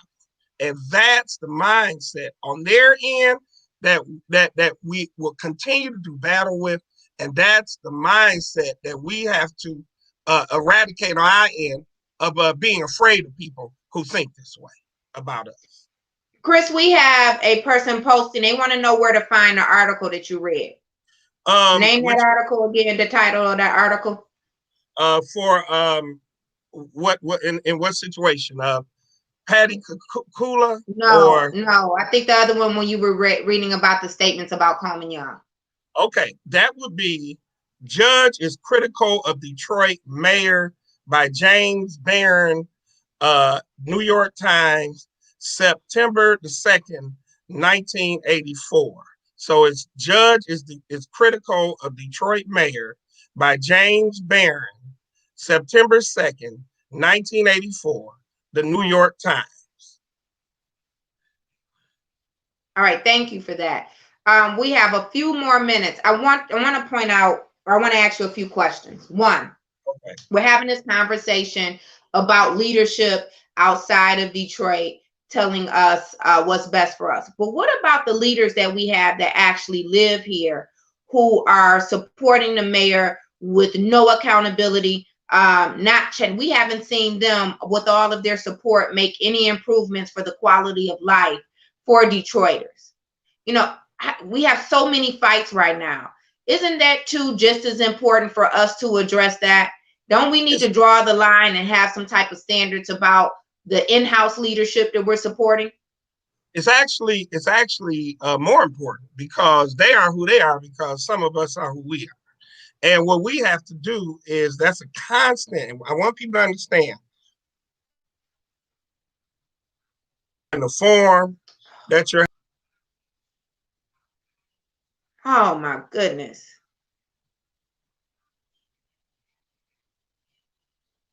You know, my apologies for these technical difficulties. What is going on? Okay. That's okay. The You're city back. of Detroit. You're back. Okay, go ahead. That's okay. Under Duggan, we've been under a lot of technical difficulty for the last 7 years. So 25 seconds on a program versus 7 years. I'll take this technical difficulty anytime.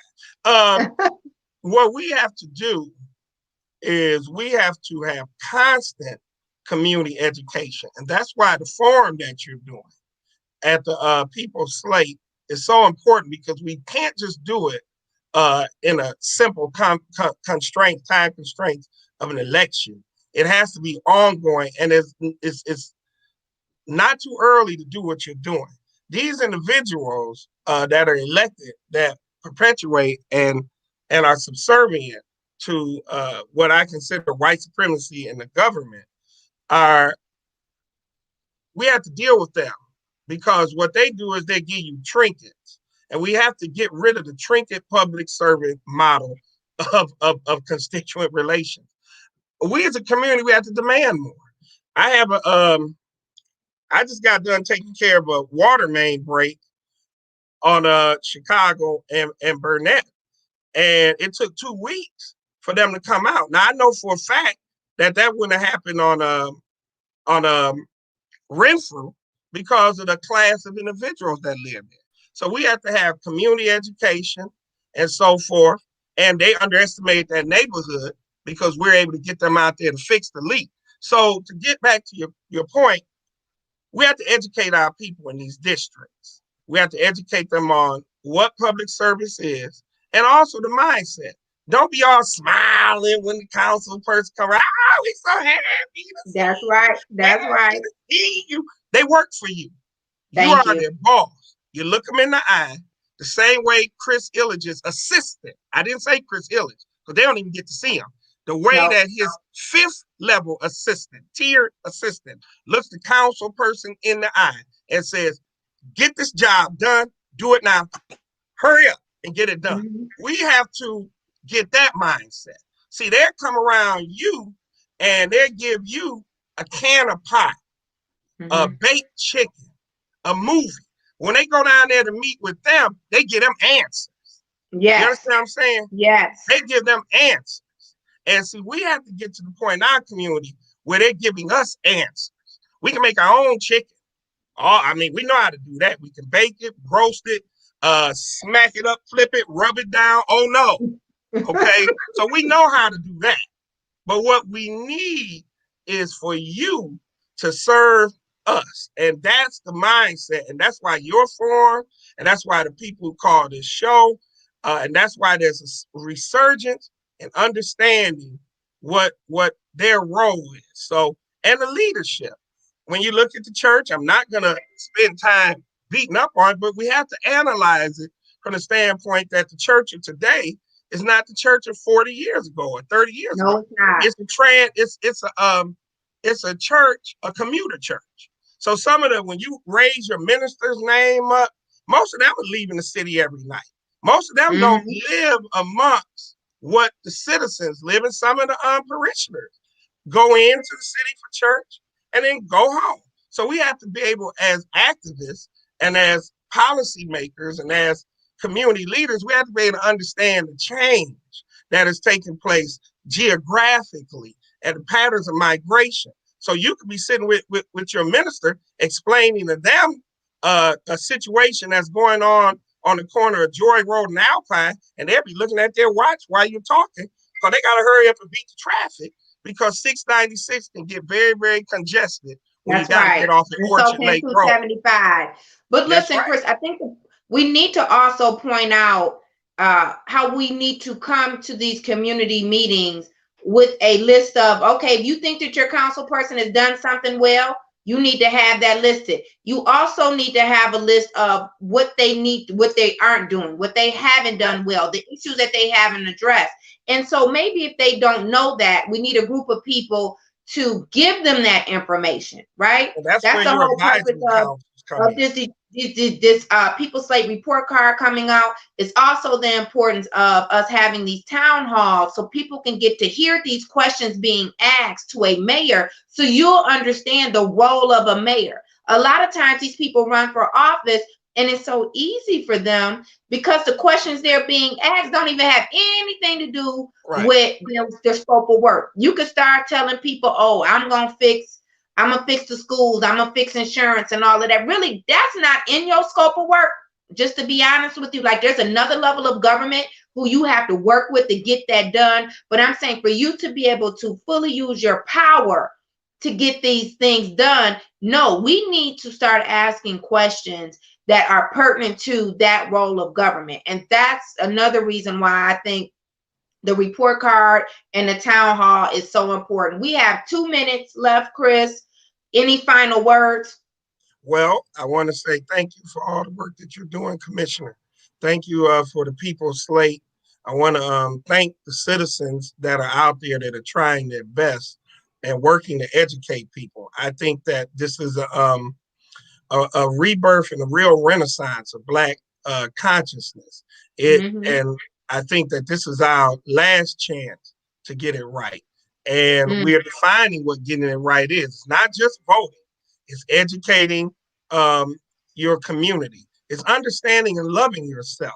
It's understanding that you are only here because those who came before you and those that are coming after you. And we're getting to that point. And we're going to continue to fight. And I want you all to continue to support individuals like yourself, Commissioner Small, and so many others that are still out here. And don't be afraid to ask questions. Don't be afraid to say what you don't know. And understand that this is a marathon. This is as Vincent Harding says, our struggle is a river that bends and curves, but it still flows. So I'm thanking you again. All right. Thank you so much for joining us, Chris. And thank you to all of you who have tuned in today. Really appreciate your support. We will be back again on Monday. Again, Monday at 8 a.m. We will return with some more topics to make sure that we inform you about who's in your corner, who's for you, and who's against you. You know, straight talk, no chaser. Have a great weekend, a great rest of the week, and a great weekend. Don't forget Saturday, February the 13th. Look out for the People's Slate Community Advisory Council citywide meeting. That's this Saturday, February the 13th at 1 p.m. Have a great day.